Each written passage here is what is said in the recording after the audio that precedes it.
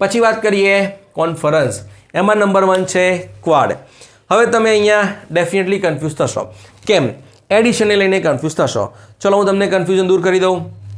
એક્ઝામમાં પૂછાવાનું નથી પણ આપણને ખબર હોવી જોઈએ. બરાબર છે? ચલો 2021ની અંદર ધ્યાનથી સાંભળો.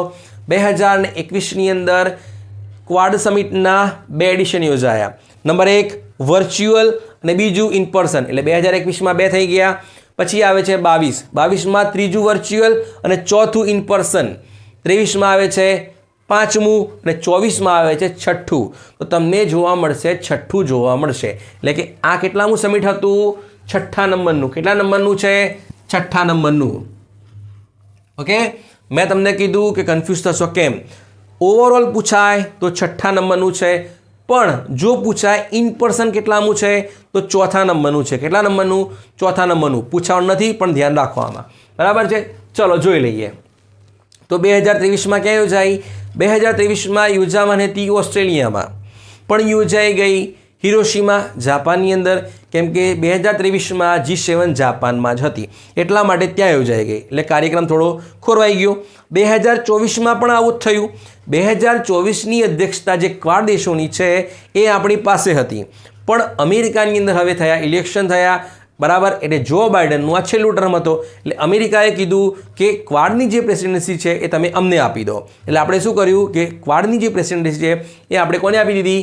અમેરિકાને આપી દીધી. એટલે કે 2024ની જે ક્વાડની જે અધ્યક્ષતા છે 6ઠ્ઠાની એ કરે છે અમેરિકા કરે છે. કોણ કરે છે? અમેરિકા. અને 2025માં કોણ કરશું આપણે? એ આપણે કરશું. એ કેટલા નંબરની હશે?